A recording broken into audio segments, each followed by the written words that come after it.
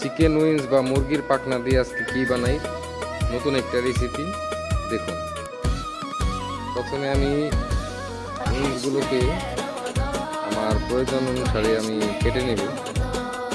আপনারা দেখতেই পাচ্ছেন কীভাবে কাটছি। আপনারা এইভাবে কেটে নেবেন। এইভাবে কাটার উদ্দেশ্য হচ্ছে ভেতরে, কারণ যেহেতু উইংসের উপরে চামড়ার স্তর রয়েছে, ভিতরে মশলাটা পৌঁছানোর জন্য এইভাবে কেটে নেওয়া। আপনারাও এইভাবে কেটে নেবেন।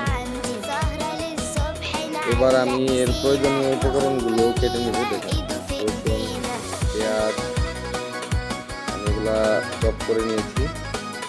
আলুগুলোকে ভাজার জন্য কেটে নিয়েছি। এবার আমি এগুলোকে ম্যারিনেশন দেবো।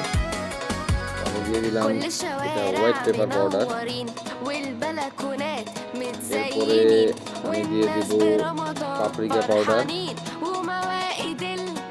এবং পরিমাণ মতো লবণ।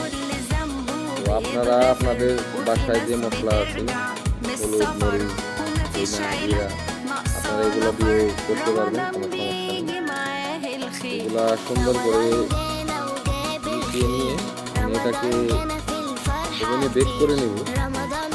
আপনারা চাইলে এটাকে আপনারা তেলে ফ্রাই করে নিতে পারেন। তো আমি বেক করার জন্য বাটার পেপারের উপরে সুন্দরভাবে সাজিয়ে নিয়েছি এবং এর উপরে আমি হালকা বাটার ব্রাশ করে নেব, যাতে কালারটাও সুন্দর আসে এবং ভালোভাবে পাকে, একদমই হালকা পরিমাণ। তো আমি এটা ওভেনে দিয়ে দিলাম। এটা যতক্ষণে পাকবে ততক্ষণে আমি এটার সসটা রেডি করে ফেলবো। তো আমি এখানে পরিমাণ মতো তেল নিয়ে নিয়েছি। আমি দিয়ে দেব রসুন চপ।